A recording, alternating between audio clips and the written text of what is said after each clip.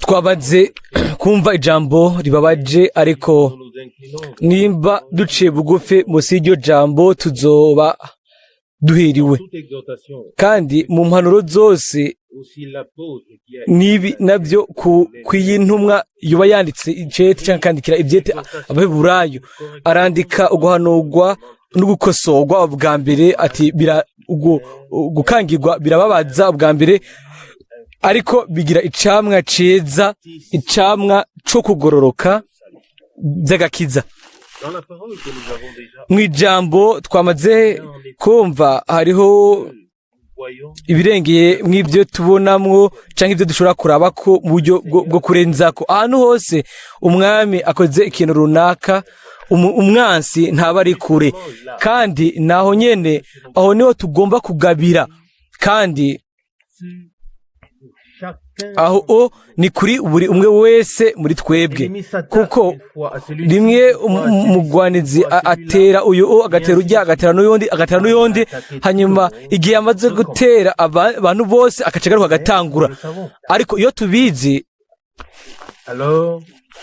aho rero ibyo turabisiga ku ruhande mu burebure ubwo bishobokamwo hanyuma tukagerageza gukorera umwami ngo ntidukore irya kosa nyine harahiriwe umuntu atahura ico ibyo bisigura ukumenya amakosa yiwe bwite hanyuma ntasubire kuyakora kandi misi yose ntibabijanye no kuba ari ibintu binini bikomeye rimwe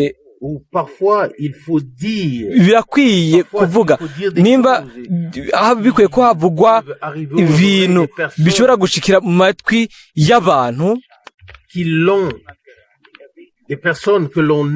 abantu kumbure tuba tuyumvira ko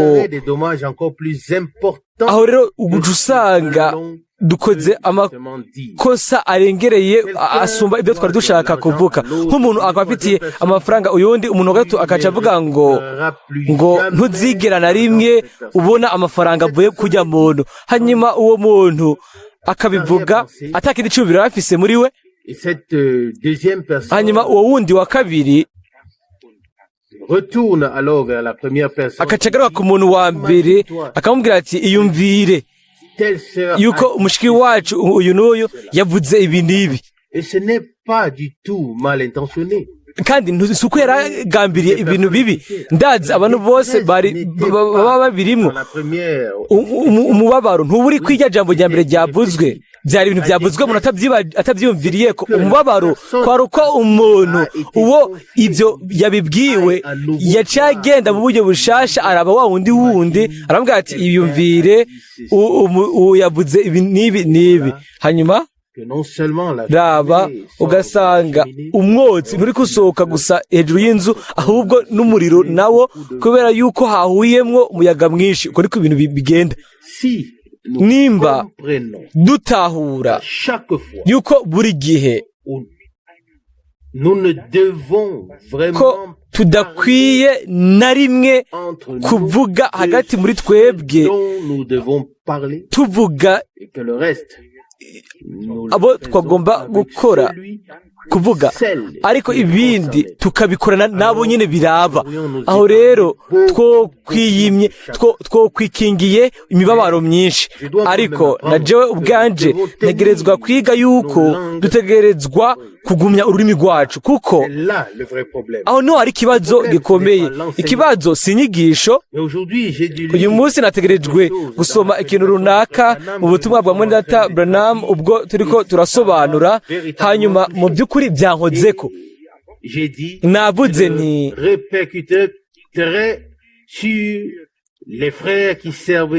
ati ni kubene data bakoresha ijambo hano muri shengero aravuga ngo ishengero rizokwama misi yose rimeze nk'uko umwungere waryo ameze niyumviriye ati mukiza nimba ururimi rwanje rwobaye rushinze nk'uko iryinyo ryanje n'uzuru ryanje bimeze sinurunyiganyije norugumije rufashe gushika mu bidashira kuko ndazi ingene rushobora kurema ibibazo rero navuze nti abantu bose nibatangure bakore ibitagenda nimba hariho umubabaro aho rero iyo bari jewe ubwanje nabiteye kuko abo bose baza ku gikorwa c'Imana bakurikira uburongozi bw'uba ahagaze imbere ego muri Data Rusi ego muri Data Schmidt ivyo vyankozeko cane hanyuma nimba rero kubirengeye ibyo dutegerezwa kwiyereka tugahagarara n'umubabaro n'inzikira n'amakosa ku rundi ruhande tukagerageza kuzana irindi jambo mwene Data Branham aca abandanya akavuga ngo nimba umuvugabutumwa abiragira icumba kiba kibira nimba umuvugabutumwa azunguza umutwe mu kuririmba icumba cose kizunguza umuririmba umutwe mu kuririmba n'ibindi aravuga ati rimwe rimwe abantu ntibaronka mwemu w'Imana ahubwo ngo baronka imwemu yuwa abahagaze imbere ego ibyo rero ntibikadu ibyo rero ngo ibyo bidushikira twese dushaka mwemu w'Imana ntidushaka izindi mwemu mbese ko biri ariko rimwe rimwe izo ni imvugo zishobora kudutembagaza tukaba ducuritse rero tukigenzura gushika mu bwina imbere muri twebwe mu byizere jewe simpazwa gusa no gusobanura ubwo butumwa ahubwo ndabushira ku mutima mu by'ukuri biba bikwiye ko nigenzura nkiraba mu ivyo bintu byose ariko ijambo iryo twumvise hano mu buryo buhanura kandi rigabisha yuko tuba turi mu bintu byiza hamwe n'Imana kandi tukaba duhuje na bamwe no ku bandi rimwe rimwe ntiba byoroshe ukuba uhuje neza n'umwami biragenda na gato ariko rero haca hagera agace guhura ubufatanye tuba dufitanye bamwe ku bandi nivyo bigaragaza ingene tubanye n'umwami ivyo dukoreranira bamwe ku bandi tuba tubikoreye umwami uba muri twebwe inyifato yacu hagati yacu bamwe ku bandi rero niyo nyifato tugira imbere y'umwami wacu nibyo ibyo tubifashe tukabiraba nk'uko canke muri ubwo buryo si ibyo gusa ariko tugashobora kubifata nka nkama tukavuga tuti mwami nimba inyifato yanje kuri mwene data no kuri mushiki wanje uburyo nkora uburyo ndamwiyumvirako n'ibindi byose bijana navyo nimba ibyo rero mu by'ukuri bikuraba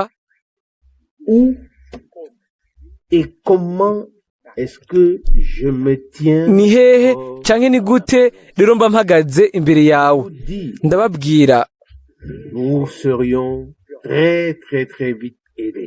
twofashwa mu buryo bwihuse iyoba twoshira ibyo bintu byose tukabishira munsi tukabicunga neza kuko Imana yoca tugira iducunze nimwumvire akanya gato abantu bose bareka ururimi rwabo n'ivyumviro byabo bikagenda uko bavyumva nk'uko bakunda kwivuga nk'icivugo ngo ivyumviro biridegembya ngo ninde yobimenya uko niko twaririmba kera igihe twari tukiri bato hanyuma bakareka ivyumviro byabo n'ururimi rwabo mu buryo bwidegembya canke bakabireka bigatemba ivyumviro byabo bigatemba hanyuma ntibasome yuko umuntu azotegerezwa kubazwa amajambo yose y'impfagusa avuga ico ni ikintu mu by'ukuri gikomeje murazi umwene data yigeze guhagarara hano rimwe ndabitubwiye twese mu buryo bwiza aravuga ngo Imana ntiyakebye gusa umutima wanje ariko yaranakebye n'ururimi rwanje ariko biroroshe kuvuga gusoma gukora urashobora kuvuga ibyo ubivugisha umunwa hanyuma ukatubabaza ubwacu mu mitima yacu rero ibintu ntiba bimeze uko bivuzwe rero umwami ashaka yuko ducika twese abantu bameze neza hanyuma tukitwara neza imbere y'abandi basi nk'uko abatizera bitwara hagati yabo uko mwobyizera mutobyizera abatizera beaucoup plus de décence que les barafise ingene bitwara neza gusumba abizera umwe ntaho nyanga uwundi muri ubwo buryo barafise ukuntu bitwara nako ariko mu bizera rimwe rimwe umubabaro usanga ari mwinshi kubera yuko ntitwubaha amategeko rusange y'ubuzima. Rero Imana idufashije tukabikora, aho rero tuzoba dufashijwe kugira ngo tureke ibintu bya hano ku isi tubisigire nyine ibintu bya hano ku isi. Nimurabe birashika rimwe rimwe ko umuntu wese ibintu byose yoba arimwo akaba yagize ibibazo bihagije hamwe n'ibyo bintu acamwo. Rero ntibihagije yuko abandi baza kandi ngo basure bamugore aho kuza kumufasha. Aho rero mbega hokorwa iki? Dutegerezwa rero kugaba kugira ngo dukoreranire bamwe ku bandi, dufashanye kugira ngo dufashanye urugendo tujane n'Imana. Na cane cane ntidukwiye kureka ikintu na kimwe ngo kigwiragwire mu mutima wacu kigwanya umuntu uwo ari we wese, ntaco bitwaye icarico. Hagati yacu tugashobora kuvuga uburyo twigira ati niba ari kuririmba no kuvuza ibicurarangisho tukavuga ati Mana yanje, mbega nta bwenge buva mw'ijuru dushobora kubuhabwa hano ku isi kugira ngo dushobore naho kugaragaza ibintu bimeze neza tudatsitaje. Umwami bwe yaravuze ngo umuntu yabuze ubwenge nabusabe Imana. Yakobo 1:5. Ishaka kubabwira ikintu kuri mugoroba turi hagati muri twebwe hano, kandi turashobora kuvuga byose. Umubabaro wacu ujanye no kuba misi yose kumenya aho ubundi agirira intege nke, ariko nta rimwe ntusanga mu mubabaro ugaragaza ufatiye kuba aho ufitiye intege nke. Bibiliya iravuga muri Yakobo neza akavuga ngo ubuze ubwenge nabubaze Imana. Nimba ubuze amafaranga urabizi neza, uravuga uti ndagusabye, mbega mwoshobora kumfasha? Rero hari biba bikenewe biba biri ngaho, uramenya yuko bigoye, hanyuma ukabuzi yuko hari bikenewe biri ngaho urarondera ukaronka. Ariko iyo uronse ukabona yuko ubwenge bubuze, urondera ukabona ko ubwenge bubuze, nshaka kubabwira umuntu afise ingodo hano akumva yuko itera iremuruka hano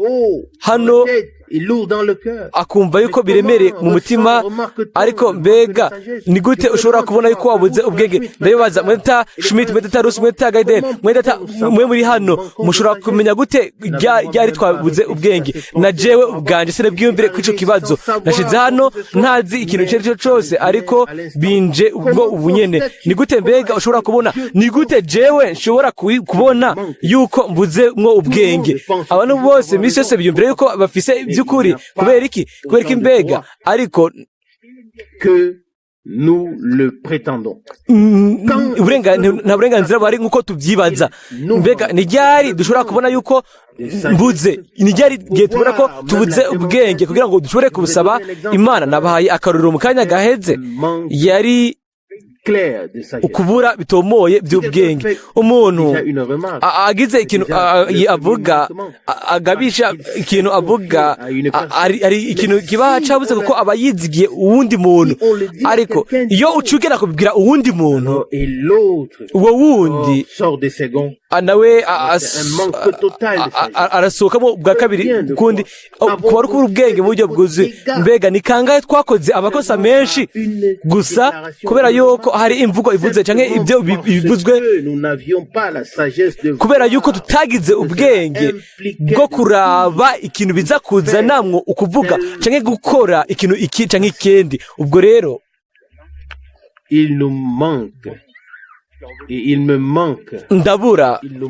turabura twese ubwenge. Turabura twese ubwenge. Sinabaza yuko tubuze inyigisho canke ubutumwa bw'ijambo canke ibintu byose Imana yaduteguriye ku bwacu, ariko rimwe rimwe turabura ubwenge kubera yuko ntituzi gushima, ntituzi kubona ico ibyo bintu bizana bikarema byerekeza mu buryo bubi igihe uvuze ibintu ibyo ari byo byose. Aho rero niba dushobora kubwira umwami guhera uyu munsi tuti o mana yanje, impa ubwenge bwo kwigenzura jewe ubwanje, ubwenge n'ubuntu bwo kubaha mwene data, kumuha agaciro nkamushyira hejuru yanje, ubwenge bwo kwemera ibintu byose bikora ku bw'icoro c'izina ryawe, nkabinezerererwa, hanyuma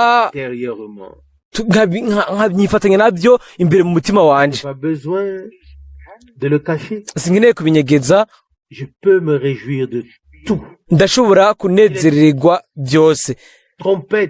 Iyo inzamba zicuraranzwe niyumva neza mu mutima wanje, iyo ibicurangisho bivuzwa niyumva neza mu bugingo. Iyo abaririmbyi baririmba, Imana ihimbazwe ku bwa buri ndirimbo yose. Kandi iyo ata ndirimbo yatubereye umugisha twebwe,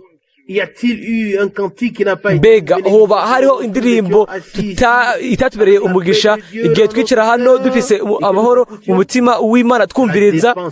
Ibyo nta nkeka binavana n'ingene nkemu yacu imeze mwako kanya, atari amajambo gusa canke iyo ndirimbo.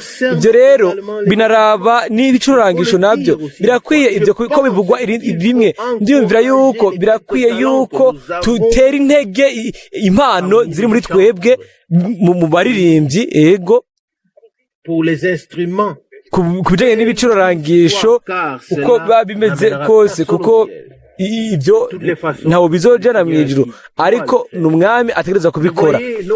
Ariko mubone bene data canke abari bose, iyo dutangaza ijambo hano, reka tuvugishe ukuri, mbega turi abavuga butumwa?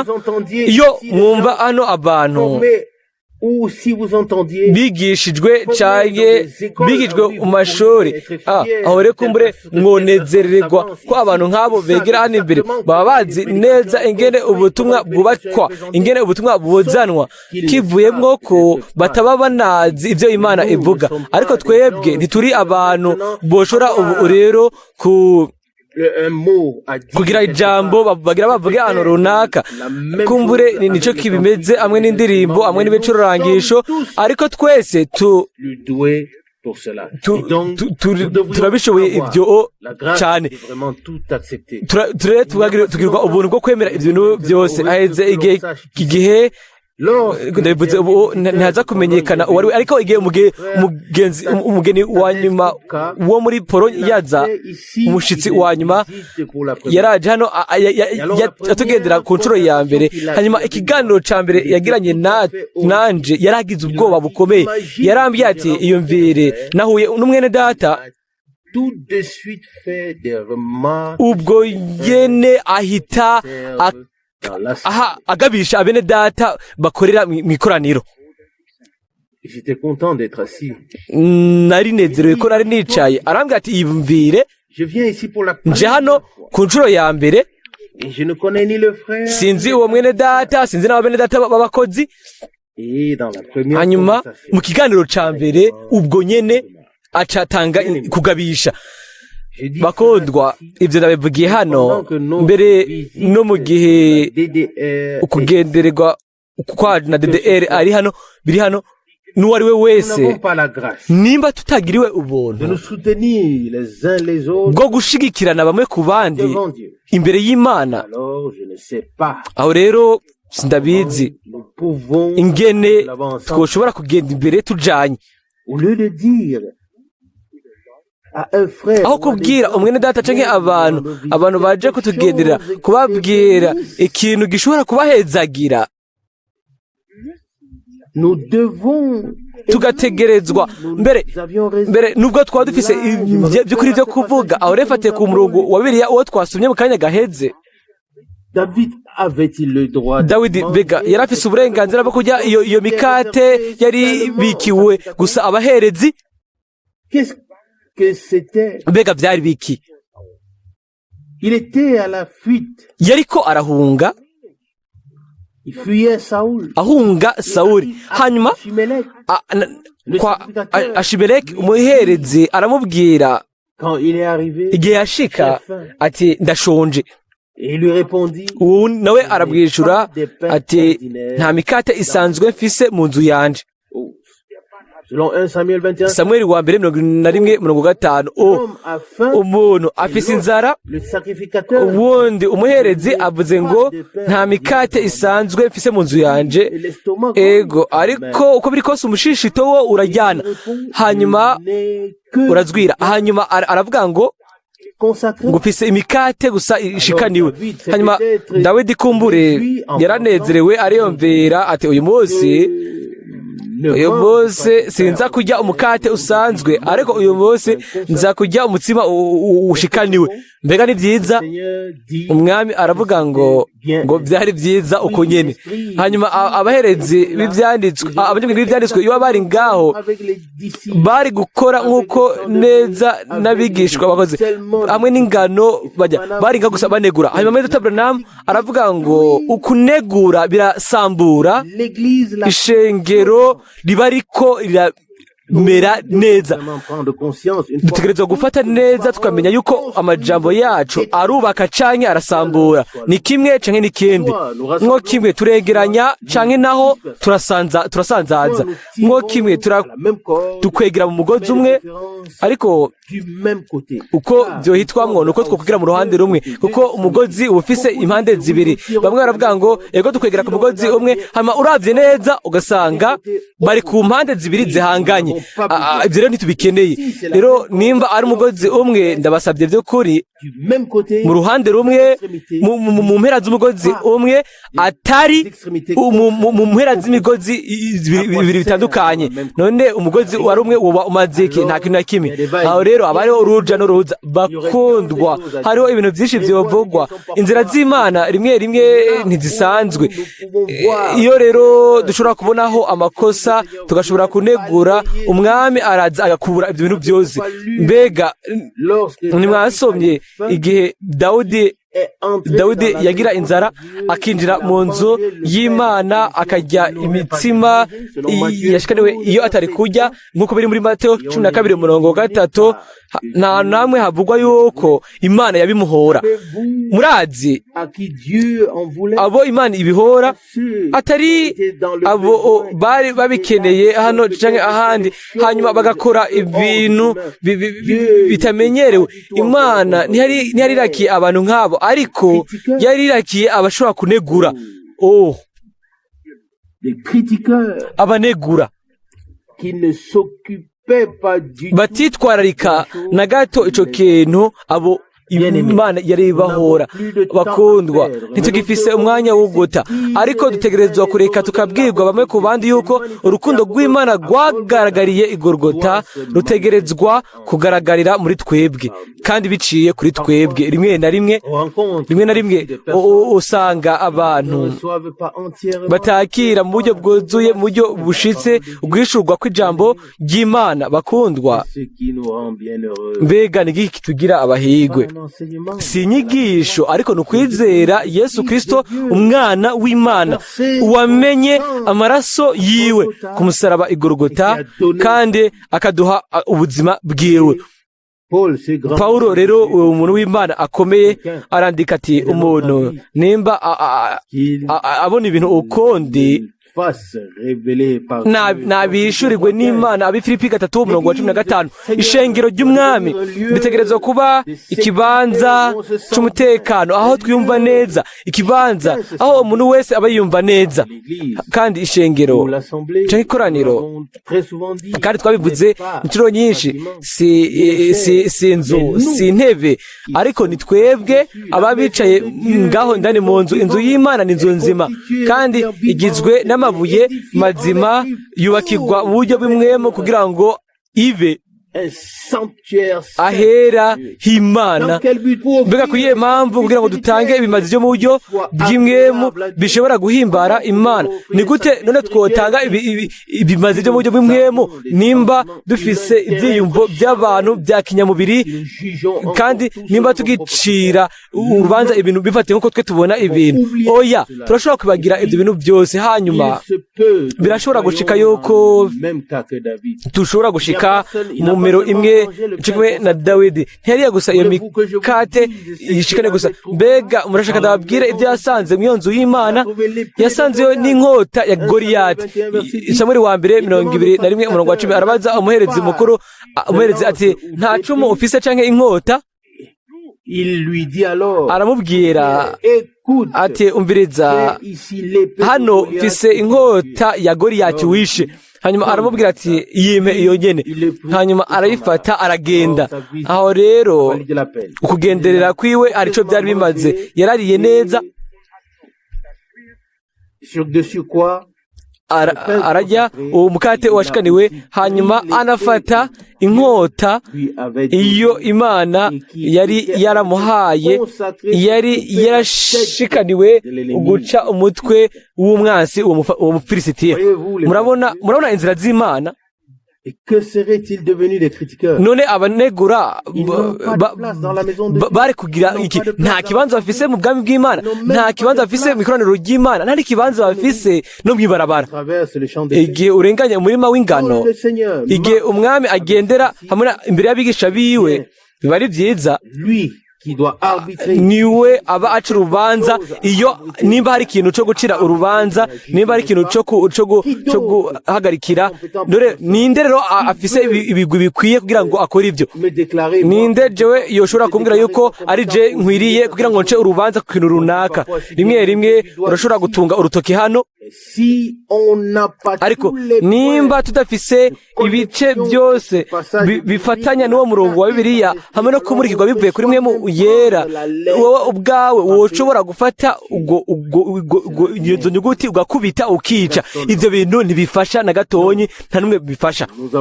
Rero dufise n'iminsi ya Pentecote iri imbere yacu, kandi amakoraniro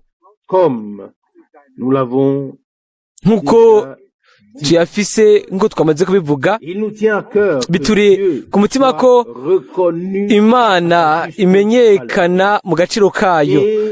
Hanyuma bitegerezwa kuba bishoboka mu nzu y'Imana yuko umuntu wese yumva neza. Ntihagire umuntu n'umwe yoba ategerezwa kuniha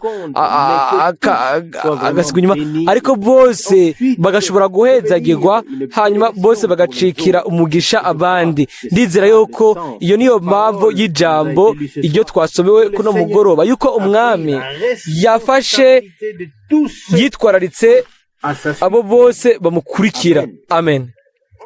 Hanyuma rero nta muntu n'umwe aba afise ububasha bwo guca urubanza cyangwa gutsindisha, ariko ni umwe gusa nk'uko byanditswe, niwe mucamanza, kandi uwo nyine niwe ari umucamanza. Yakobo 4:12 uwo ngende yaravuze mu buryo bushinze, yaravuze ibitekerezo kuvugwa byose, hanyuma duhagara imbere yiwe. Isabato yari umunsi wera, hanyuma abanyabwenge b'ibyanditswe bawugira uwera cyane ku buryo bw'uko bawuhaye umwami, uwo ari we mwami w'isabato, akatangaza iyo sabato ari nka Yehova, akayitanguza. Uwo mwami yarahagaze ngaho, yarahagaze aho nk'umwami Yesu. Rero hari umwami umwe, nico Bibiliya ivuga. Hari umwami umwe, kandi ndabivuga uyu mugoroba mu buryo nzi neza. Igihe Bibiliya ivuga mu Efeso 4:5 ngo umwami umwe, umubatizo umwe, ukwizera kumwe, aho natwe turashobora kubivuga. Nimba uwo mwami umwe uwo rukombi, ego uwo mwami yari Yehova wo mu izina rishasha, akaba Yesu Yehova mu izina rya kera, Yesu mu izina risha niwe mukiza. Ibyo rero bingwa neza. Qui a dit ninde yavuze mu murima w'ingano ngo hazobaho ukubiba ukwimbura ijoro umurango urushana izuba mwitanguriro mbega nabanyamwe byaritswe ariko umwami yavuze ibyo bintu byose yari ngaho mu ishusho y'umuntu hanyuma akavuga muri Mateyo 12 umurongo wa 3 Mateyo 12 umurongo wa 3 ngo arabicura ati ntimurasoma nawe arabaza ati ntaho murasoma icyo Dawidi yakoze aho yari asonzanye n'abari kumwe nawe ngene yinjiye mu nzu y'Imana akajya imitsima y'ibiterekegwa yari umuziro kuri we no ku bari kumwe nawe ukuye abaherezi bonyene. Il conclut par ces mots. Aherahezanya n'aya majambo ngo umwana w'umuntu ni umwami w'isabato niwe mukuru wa byose. Aherahezanya n'amajambo niwe mukuru w'isabato niwe mwami w'isabato. Yagumye ngaho n'inyishu yiwe barigaho ariko ntibafashijwe. Abantu bakurikira umwami ntibazotsitara hoba isabato hoba gukira indwara haba umurima w'ingano. Barazi yuko umwami akora ibintu byose neza ntiyigeze akora ikosa. Barakurikira byose banezeranwa na byose ibyo bahawe gusa ubuntu n'Imana kugira ngo babere umugisha abandi. Rimwe rimwe ntegerezwa kuvyumvirako kandi nivyo twese turirimba kumbure si uyu munsi ariko mu myaka yarenganye ngo mbega ntegerezwa kugenda ibiganza bigaragara, mbega ntegerezwa kwiyumva uko imbere ya Yesu, mbega sinkwiye kumuzanira ubugingo, sinkwiye kuzana umukama umwe. Murazi ingene igitero kica kivuga ngo nimba ari byo gusura gukora ni gusura kubikora ngo tuzoshikanira ubuzima bwacu umwami. Ego turi hano ntituragira ku gitanda c'urupfu kandi ntituzi ngo ryari tuzoba turi ku gitanda cyo gupfirako. Hanyuma haba hariho basi ikibazo ngo nk'ubu ngarutse irindi rimwe, iyaba narifise igihe, iyaba unashaka gushikanira ubuzima bwanje umwami atari irindi rimwe, ariko ubu nyene ubu niho tugomba gushikanira ubuzima bwacu n'igihe cacu umwami. Kandi ibyo rero bitangurana no kwitanga, kwishikana mu buryo bwuzuye by'ukuri, tuvuga tuti mana yanje ngubo ubuzima bwanje. Dushobore kuba tuvugana n'abize canke abatizera, ntidukwiye na gato yuko haza ikintu kizana umubabaro kiva muri twebwe, misi yose akaba ari amahoro aganza mu mitima yacu. Ibyo abandi babikoza ego ni byiza, ntidushobora kugira icyo tubivuga ko kuri ibyo, ariko turashaka kuba ku ruhande rw'umwami nka bene data n'abashiki bacu. Kandi Bibiliya iravuga ngo mugamburukiranire bamwe mu bandi mwubashe Imana. Abanyefeso 5:21. Ugutinya Imana uko biri kose ni intango y'ubwenge bw'Imana. Nibyo dutegerezwa gusaba kugira ngo ibintu byose bibe byiza. Rero ninde ubu rero agifise ugutinya Imana muri kino gihe? Ninde agifise ukubaha? Hari umuntu umwe yambwiye mu minsi yeze ati Mwene Data Frank ati birateye ubwoba kubona yuko atakubaha na nta kubaha igikorwa na gito bigihari. Hanyuma nshobora kuvuga je ku giti canje sindaniyumvira yuko bene data hano hari ukubahwa baba bategeka hano, ariko ndabibabwira hano ikintu kimwe: igihe ijambo ry'Imana risoje risoreza mu bizera by'ukuri. Kandi ijambo ry'Imana riravuga ngo abaganza bubahwe cyane bigo byo kubiri.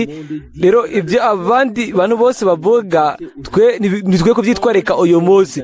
Ijambo ry'Imana niryo rihata kuri abo bose arabimana, kandi umuntu wese ari mu ishengero azoshira mu bikorwa ibyo yabwiwe, ibyo bamubwiye. byabwiwe umwe wese muri twebwe yari akwiye kuba ashima kubwo igikorwa c'ijambo kibera muri kino kibanza. Nimba mwene data Paulo yaravuze kiriya gihe Abikorino ba kabiri 13:9 ati Abikorino ba 13:9 ati ibintu byose ni ivy'igice yaba ubumenyi bwacu n'ibindi byose, none bimeze uko turiki, ariko turashobora kuba abashima tukavuga tuti nubwo ijambo ry'Imana ryazanywe mu ntege nke, turashobora kuvuga yuko ryo ni ry'inkomezi rirakomeye muri abo baryakiriye mu kwizera. Nyuma ya byose ntituraba inzu yano ku isi, ariko twumviriza ijambo ry'Imana n'umutima wacu wose, hanyuma tukagira inyifato ibereye imbere yabo bategerezwa kutuzanira ijambo ry'Imana. Biba ari bibi cyane iyo abantu bo hanze canke abanegura baba ariko barakora abizera, cyane abantu baba ari ngaho mu iyo shengero bategerezwa gushigikira byose kandi bakabikora n'umutima wose n'ubugingo bwabo bwose. Nimba hariho ikintu cyo gusubira kuvugwa, turashaka kubivuga ko, ariko tukabivuga uburyo bw'uko Imana ibonamwo kibanza cyayo, ikabona ibyo ifitiye uburenganzira kugira ngo ibyo bishobore gukwema ubufatanye. Mbega nta kintu na kimwe nuba ndabona canke numva kiva ku Mana coshobora gutuma abantu bahanganye batandukanye. Ibintu byose bivuye ku Mana biba bikikijwe n'urukundo rwayo rwa kimana, kandi ibintu byose biba bikikijwe. Nibyo navuze mu misezi ndabibwira umuntu wanyizigiye, arambwira ngo nari nibaza yuko wowe ugishobora kunkunda. Hanyuma ndamubwira ati mwene data, nimba urukundo rw'Imana ubwo ntwaye mu mutima wanje ari ugukora iby'ukuri, aho rero urwo rukundo ruhoraho, aho rero ntirwigeze rutangura kandi ntiruzigera ruhagarara, ntiruvana n'ibyo ducamwo. Hanyuma amosozi yatanguye gutemba ku maso hiwe, yararetse ururimi rwiwe ruragenda aho dushobora gushika. None ibyo je kubera ibyo mpungabanya urukundo rw'Imana mu mutima wanje, ndabisubiramwo, ntigeze rutangura, none ni gute ruzohagarara? Muri Bibiliya yanje haranditse mu Bikorino ba mbere 13:8 ngo urukundo ntiruzigera ruhera. Amen. Uko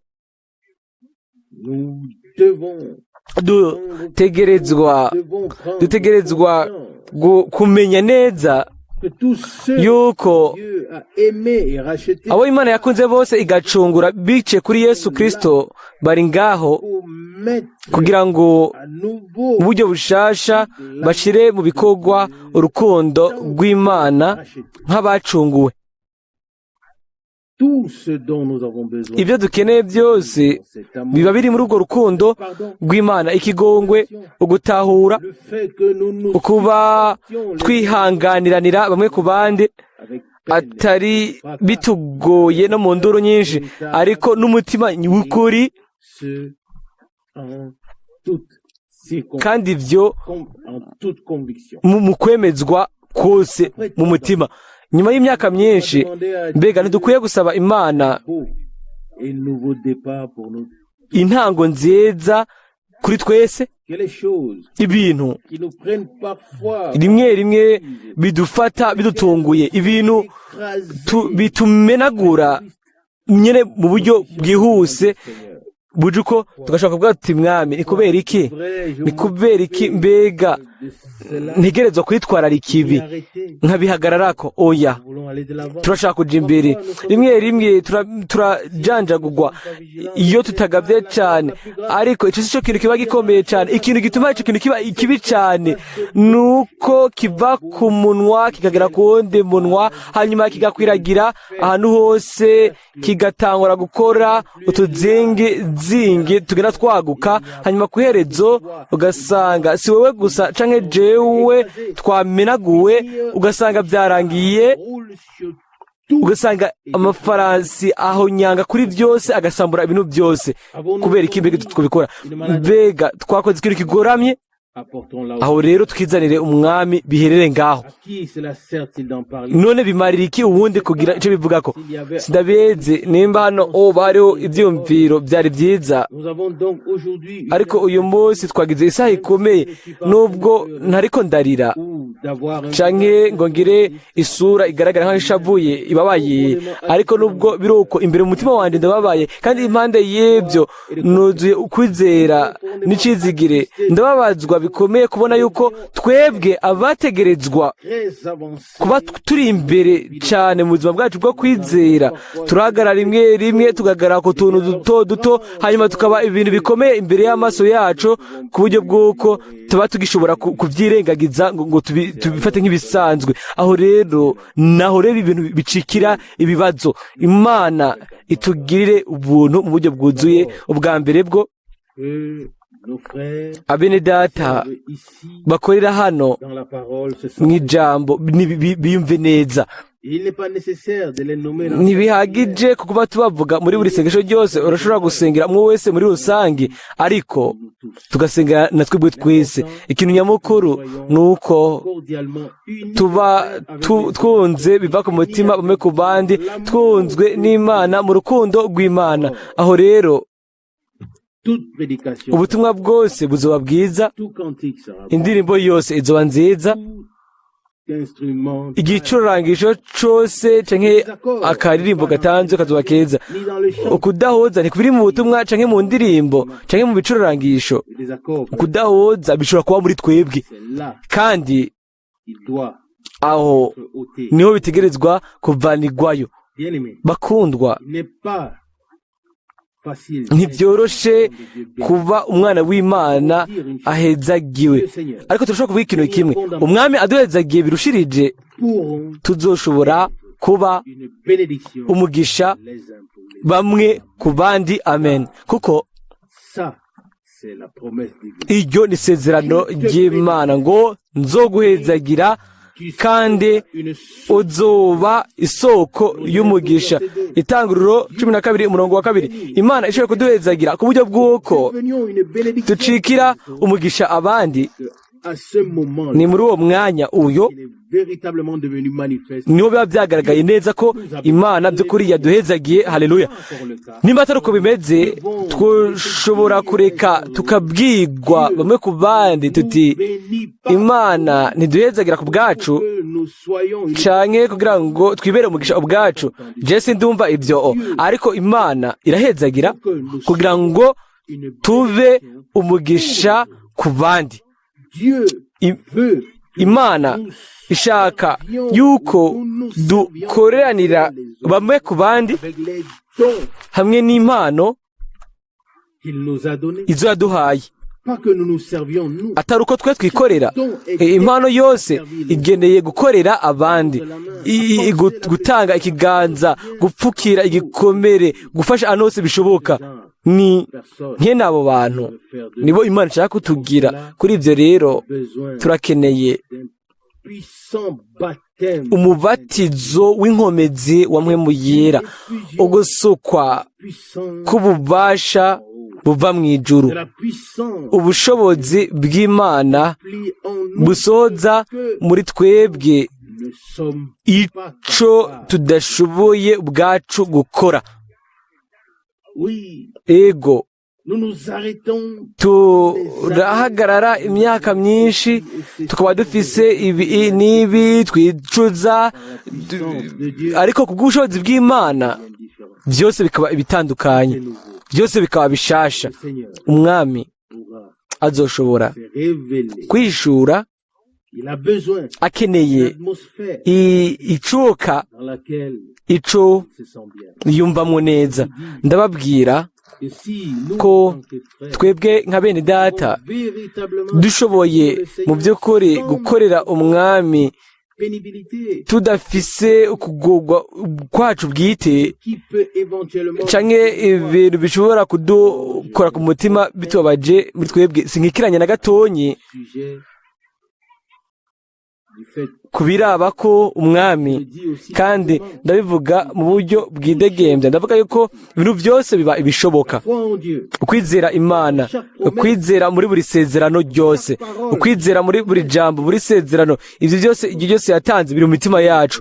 Imana niyo kuri kandi niyo kwizigirwa ku ijambo ryayo kandi doit s'écarter. umubeshi wa kera ategerezwa kuvaho akagenda. Ijambo ry'Imana nico gishingana cyacu kandi uko niko kuri. Nico gituma umwami Mais à tout moment, yemeza umwanya uwo ari wo wose. Amen.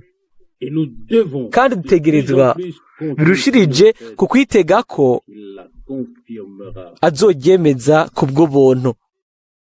Dans le cantique de Muri tout à l'heure, nous avons kantike chanté ensemble. duhejeje kuririmba twaririmbiye hamwe ku biraba gukira ingwara, ariko mu byizere Là aussi un peu mal. n'ibyo nabyo birababaza. Ni umubabaro Quand d'une part, igihe mu ruhande rumwe croit twizera de tout cœur n'umutima wose ce que la parole ico de Dieu ijambo ry'Imana rivuze, hanyuma ku rundi ruhande doit voir, tukabona assister, tugategerezwa kubona comment ngene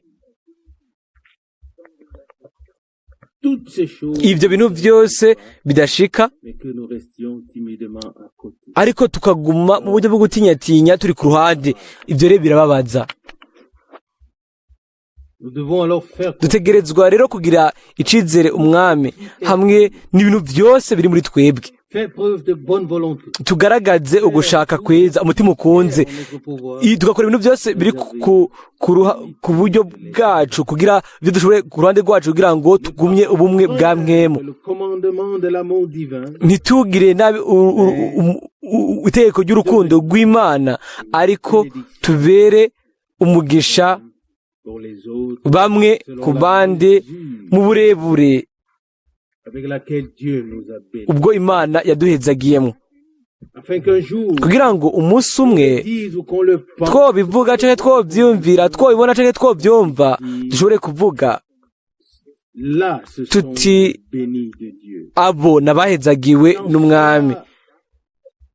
Pour nous, Bimere uko ku bwacu à l'époque où nk'uko mu gihe Isaka igihe yahezagira Yakobo akamubwira ngo celui que Dieu a béni, uwo Imana yahezagiye il est béni. aba ahezagiye, Et que Dieu kandi Imana ibiduhe mu by'ukuri à tous twese ku bw'ubuntu. n'aspirez-vous pas tous Mbega mwese ntimwifuza court moment ntimwifuza akanya gato imbere yo kugaruka k'umwami, aho umuntu wese jura de chacun azonezererwa uwundi muntu uwo wese, aho uwo ari we wese sera vraiment en communion azoba by'ukuri afatanije mu bumwe bw'ibwina n'uyundi. j'aspire à ça. Ndipfuza ibyo.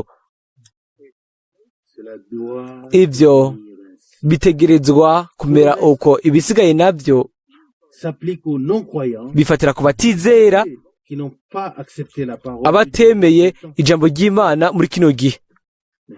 Ariko Tout peut s'écrouler byose bishobora gutemba avec l'apostasie, hamwe no kugarariza, hamwe no guheba gutukwizera n'ibindi byose. Ariko mu nzu y'Imana ijambo l'Église ry'Imana ku bw'ishengero bifite agaciro, kandi ijambo ry'isezerano ry'Imana ni je restituerai nzogarukana ibintu byose, nzosubizaho ibintu byose. Yoweri 2:25, nzosubizaho ibintu byose.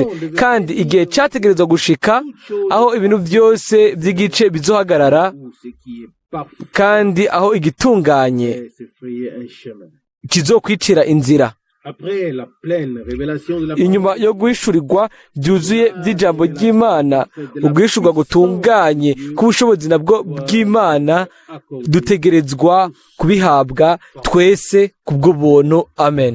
le Seigneur est Umwami ni wo kwizigirwa, le soyez pas découragés. ntimucike intege Ayez courage. mugire intege igihe cyose umwami akituvugisha Il a de bonnes intentions. aba afise ibyo yatumbereye imigabo myiza kuri twebwe nta muntu n'umwe abuze ikosa ariko muri twese Grâce. nta cyaha tugira kubwo ikimazi cyatanzwe ku musaraba igorogota C'est là que Frère Branham aho niho mwidata Branham avuga mu mwanya umwe akavuga ngo ntimushobora gukizwa ngo mube n'abahonye mu mwanya umwe mwo kimwe murakijijwe soit cyangwa naho ne l'êtes pas. ntimukijijwe Et nous croyons, turizera nous avons yuko été sauvés par, twakijijwe n'ubuntu par le sang. ku bw'amaraso y'umwagazi amen Et nous regardons hanyuma turaba umwami Sauveur. umukiza wacu tukamusaba Grâce. ngo atugirire ubuntu aduhezagire mu butunzi bw'ubuntu bwiwe Nous voulons turashaka le Seigneur kwishikanira umwami tuvuge tuti o mana enlève kura ukunegura kose kura ibintu byose bituma haba umucano ibintu byose bizana umubabaro a un effet destructeur. bikaba bisambura bishire kure yacu ugara umunwa wanje Ainsi que les uko croyants, niko abizera basenze batinya imana iyo dit quelque chose. bategereza kuvuga ikintu runaka kitaba umugisha abandi kitabera umugisha abandi iyo iyaba ibyo bintu byose byomera nk'uko natwe kuri twebwe nabo bose bashaka guhagarara imbere y'imana ndiyumvira yuko ndiyumvira ko Nous allions alors remercier le Seigneur. tugiye gushimira Nous pouvons le faire dans umwami la foi. turashobora kubikora mu kwizera kuko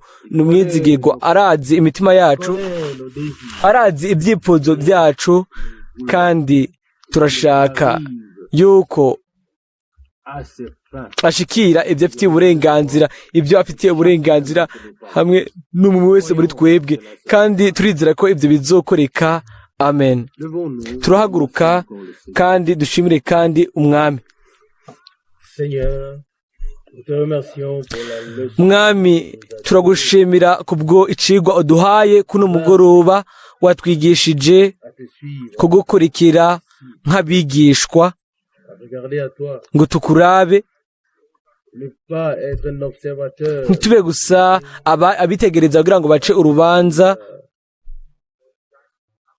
Que ce soit le jour du sabbat. ube waba ari umunsi w'isabato canke ari umurima w'ingano waba ari hano canke ahandi ariko Nous laisser tureke byose ibubamfu n'iburyo kugira ngo tugukurikire Amen. amen Regardez à tes mains bénies. raba ibiganza byawe bihezagiye urabe ibyo ukora Regardez urabe à ta bouche. ku munwa wawe kugira ngo wumve ibyo uvuga urabe amaso yawe ayo ushaka kuturongoreramwo ayo kuturongoresha ayo urongore mwemu wawe kugira ngo dusome ibyo dukora Avant de regarder. twitege ko nk'uko umushumba-kazi yitega mabuja wiwe o mwami watwigishije yuko turi ubwoko ego turi umukuku Royaume. turi ubwami bw'abaherezi Autrefois, kera nous étions kure yawe twari hanze y'amasezerano n'imigisha yose ariko ubu ho twaregerejwe hagufi kandi dushobora kuba mu nzu yawe tukagira umugabane mu ishengero ryawe mwami mukundwa Fais-nous comprendre uduhe cela. gutahura yuko ahantu Nous prépare hose le pain. udutegurira umukate ego ico kibanza kiba ari cera umutsima uba ari uwera ubushikaniwe Que nous trouvons kandi tubonamwo inkota inkota iyo umwansi yanesherejwe ko haleluya o mana ibyumviro byawe nibyo gitangaza ijambo ryawe ni iry'ubwiza turagushimira ko wabisubije giterekwa amatara non pas pour que nous la considérions seulement atari uko tubyihweza gusa nk'icibutso ariko dushobore kubikoresha kandi dushobore gukubita umwansi mu buryo bushasha ego dukubite umwansi yamaze kuneshwa kandi akigerageza misi yose guhaguruka mwami mukondwa turipfuza kugira uburyo bwawe bumanitse mu kwizera kandi tukagira umwimenyerezo yuko kugumya intsinzi haleluya ugushimwa uguhimbazwa ubwiza icubahiro bibe ibyawe umpe ubuntu umpe ubwenge mu byo mpuriramwo na bene data bandi mwami mukundwa ndabigusabye n'umutima wanje wose biyumve neza iyo bari kumwe nanje amajambo yanje abe umugisha ku bwabo kandi niwatanga ubuntu uko nitwara n'ibikorwa byanje bibe umugisha mwami bibe bigaragaye bibonekana neza yuko wabaye muri twebwe haleluya icubahiro ubwiza ugushimwa bibe ibyawe amen.